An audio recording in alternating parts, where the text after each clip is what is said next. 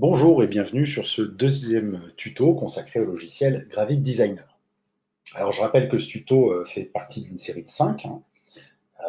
Les 4 premiers sont destinés à vous apprendre des techniques et des concepts propres à tout logiciel d'édition vectorielle. Et puis le cinquième vous permet de mettre en œuvre ces techniques apprises afin de créer un objet fini et directement exploitable dans un projet et un environnement de production. Alors aujourd'hui, on va s'intéresser aux outils de dessin de base, à savoir d'une part la ligne et d'autre part les divers outils formes que met à disposition le logiciel. On va commencer par la ligne. Donc, comme on l'a vu dans le tuto précédent, on va créer un calque que l'on va renommer, et on va l'appeler ligne, tout simplement. Donc, je me rends ici dans la partie supérieure du logiciel, dans cette barre d'outils, et j'ai ici la liste des outils basiques de dessin. Donc on a tout d'abord la ligne et puis les diverses formes disponibles au sein de Gravit Designer. Alors je sélectionne mon outil ligne et je vais tracer ma première ligne. Alors je place mon curseur où bon me semble au sein du calque. Je clique. D'abord, je sélectionne bien le calque afin d'y positionner l'objet. Je clique et sans lâcher le bouton, eh bien, je déplace mon curseur. Et lorsque ma ligne me paraît satisfaisante, eh bien, je le lâche. J'ai ma ligne. Alors, il faut savoir que l'outil sélection qui est présent ici est toujours sélectionné par défaut en fait, dans le logiciel, ce qui est plutôt pratique. Donc là, j'ai lâché l'outil ligne et je bascule sur l'outil sélection. Alors en cliquant sur la ligne avec cet outil, je la sélectionne et je peux la déplacer en maintenant le curseur enfoncé.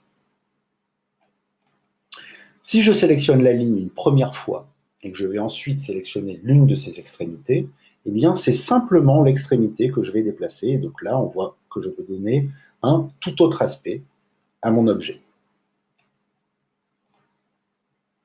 Je supprime cette ligne et je vais en faire une deuxième pour vous montrer les possibilités qu'on a avec la touche Maj. Alors, ce qu'il faut savoir, c'est que la touche Maj, dans les logiciels d'édition vectorielle et donc dans Gravit Designer, permet souvent de contraindre un outil. Alors, qu'est-ce qu'on appelle contraindre? C'est-à-dire simplement d'éviter les petites erreurs qu'on veut faire quand on veut obtenir un résultat très précis. Par exemple, si je veux une ligne parfaitement horizontale, ça va être très très dur. Pour ma main humaine, qui n'est pas celle d'un robot, c'est très très dur de faire une ligne parfaitement horizontale. Donc, je vais resélectionner cet outil ligne, je vais garder ma touche Maj enfoncée, et puis je vais à nouveau tracer une ligne. Donc, je clique. Oh, pardon, j'ai fait un petit raté. Je clique, je garde. Donc, j'ai bien ma touche Maj enfoncée, je garde mon bouton enfoncé et je commence à tracer ma ligne. Alors, vous voyez que même si je descends, même si mon curseur en réalité ne suit pas une ligne horizontale, eh bien, la ligne, elle, reste parfaitement horizontale. De la même façon, eh bien, ça marche pour le vertical. Voilà, c'est-à-dire que là, vous voyez, mon curseur se balade à droite, à gauche, et bien pourtant, ça reste parfaitement vertical. En gros, il prend la direction générale du curseur et il la corrige lui-même. De la même façon, je peux faire une diagonale qui serait inscrite dans un carré. Donc toujours Maj enfoncé, je clique, je ne lâche pas, et là, je commence à tracer ma diagonale, bien que en fait, ma main ne soit pas très précise, mais le logiciel corrige de lui-même. Hop, et vous voyez que d'ailleurs, si je monte trop, il repasse en horizontal. Là, il repasse sur une diagonale et il repasse sur une verticale. Ok, je supprime ces deux objets. Je déplace un peu ma ligne pour me faire de la place et on va passer maintenant à l'outil forme. Par mesure de sécurité, je vais verrouiller mon calque ligne. Ça, je suis sûr de ne pas modifier cette magnifique ligne. Et je vais créer un deuxième calque que j'appelle étoile. Parce qu'une étoile, c'est quand même plus sympa qu'un carré tout bête. Je sélectionne mon calque et ici, dans le menu des formes, je vais aller sélectionner l'étoile.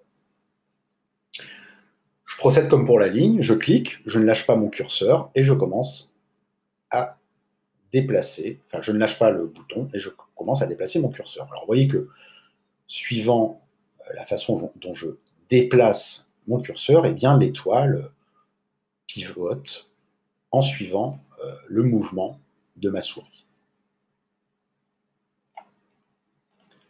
je peux garder la touche mage enfoncée pour avoir, eh bien, une étoile parfaitement alignée, toute droite, hein, sur une grille imaginaire. Voilà. Toujours avec la touche mage enfoncée. Maintenant, si je prends mon outil de sélection et que j'attrape mon étoile, eh bien, vous voyez qu'il y a un petit cadre qui apparaît autour avec des poignées, plusieurs poignées et une là-haut dont on parlera plus tard. Alors, si je clique et que je garde mon bouton enfoncé, en déplaçant vers la gauche, j'ai mon étoile qui commence à rétrécir. Alors c'est marrant, on a l'impression qu'elle tourne un peu comme une page. Hein, voilà. Il faut savoir que c'est possible. Simplement, ce n'est pas vraiment ce dont j'ai envie. Moi, je veux juste la redimensionner. Donc encore, la touche magique, la touche mage. Je garde ma touche mage enfoncée. Je fais la même manipulation et là, simplement, je garde le ratio, je garde les proportions de ma forme et mon étoile, elle s'agrandit, elle se réduit, voilà, en conservant sa forme d'origine.